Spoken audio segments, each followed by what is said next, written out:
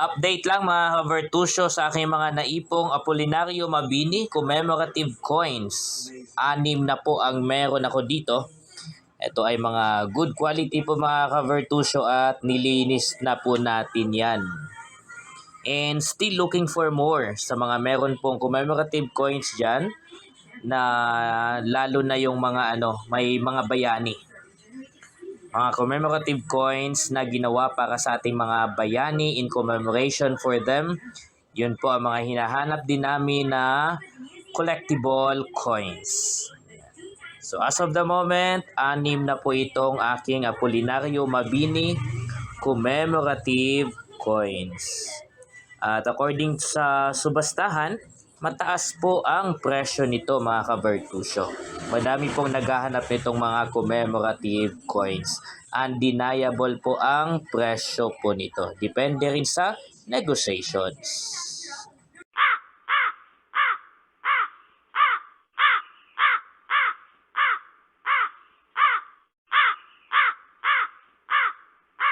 Update din po mga ka-Vertusio sa isang commemorative coins din po na meron po tayo dito in my collection. Ito ay Leyte Golf Landing, the 70th anniversary.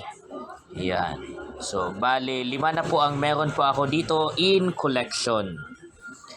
Ito po ang mga nakuha ko na po. Yung iba po dito ay nabili po natin.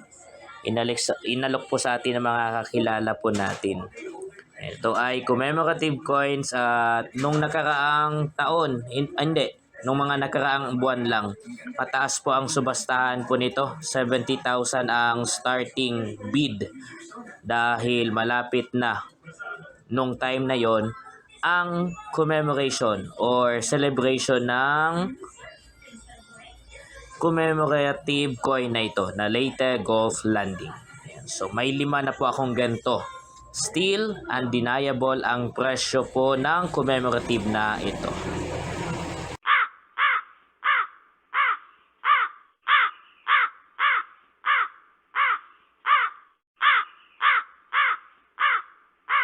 Ayun mga ka-Vertusio, update po tayo sa commemorative coin na meron po tayo dito. Ito ay General Luna.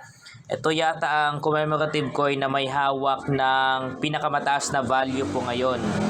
Dahil sa sikat kasi yung nangyaring movie na General Luna.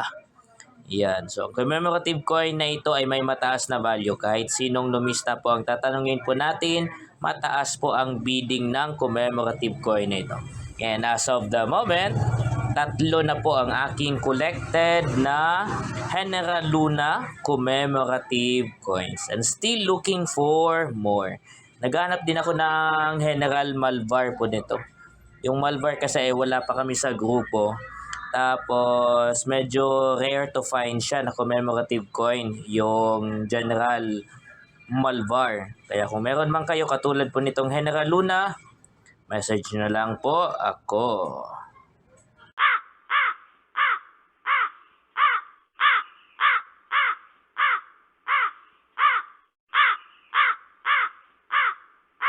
Update din po mga ka-Vertusio dito sa another commemorative coin na meron po tayo dito na syempre may mataas na value. Syempre naman, lahat ng mga commemorative coins po mga ka-Vertusio, rare man o hindi, pero syempre commemorative coin po yun kasi.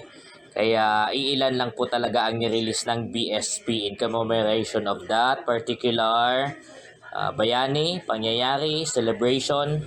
At ang meron po tayo dito ay ASEAN 50 2017. As of the moment mga ka-Vertusio, meron na akong 4. Ang face value po nito ay piso lang.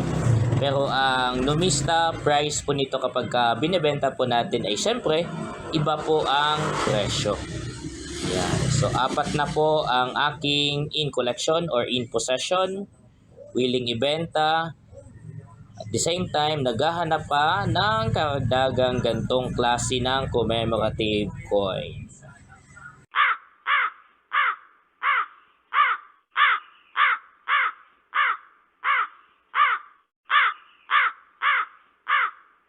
Isa po sa mga mahirap hanapin na commemorative coin mga ka-Vertusio ay itong bagong bayani na commemorative coin.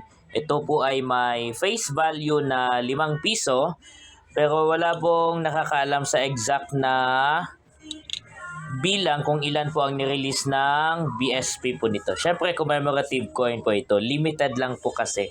Dahil ang coin na ito ay ginawa lang just to remember a celebration or pagpapahalaga. Lalo na dito, Bagong Bayani. So, Bagong Bayani, ibig sabihin yung mga nag-excel natin na mga kababayan na tumulong po para umunlad ang bansa habang sila ay buhay pa. Mga living heroes po natin sila. So, ang mga commemorative coin na tulad na ito ay medyo mahirap na pong hanapin mga ka-Bertusio. Most likely, iniipon po ito ng mga numista. Kung may nakakalat man, nasa 2% lang po yun ng kabuuang nabuo po nito or nirelease ng BSP. Fortunately, meron akong 2.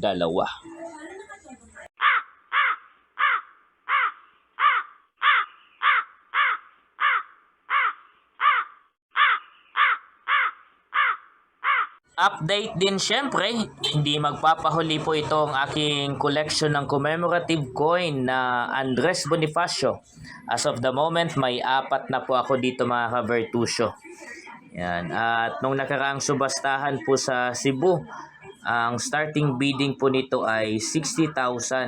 Tapos yung pinakamahal na ganto na nabenta noon nung nagkaroon ng subastahan sa Mango Avenue sa Cebu, umabot po siya ng 140,000. Yes. So mahal po ang commemorative coin na ganito, lalo na ang ating mga kilalang bayani talaga. Kapag dadalhin po siya sa subastahan, mas mataas po talaga ang value po niya kumpara kung ibebenta natin sa mga kolektor at mga numista. Kaya most likely ang mga kolektor katulad ko, iniipon po ang mga coins na ganito. Mataas kasi ang value nito mga ka-Bertusio. And ako, mayroon po akong 4 rito.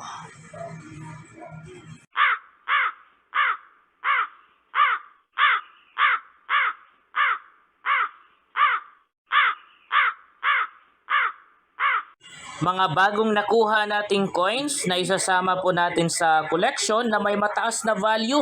Yes, tama po yan mga ka-Bertusio. Ang mga coins na nakikita po ninyo ngayon na kumikinang ay may mataas na value po. Itong coin na ito ay error coin. Kung mapapansin niyo po yan, hindi po yan tampered mga ka-Bertusio. Talagang system error po yan. Tapos ito naman, brilliant and circulated 5 piso. Tapos meron po tayong 2 25 centavo coins na brilliant po yan. Bihira na lang po makakuha ng ganyan mga ka-Bertusio. Tapos meron tayo dito ng Apolinario Mabini commemorative coin. At isa din pong commemorative coin na 70th anniversary on the Leyte Gulf Landing. And so ito po ang mga coin na naipon po natin sa week na ito. Ngayong week lang na ito mga ka-Bertusio. Mula po sa kita natin sa pagtitinda.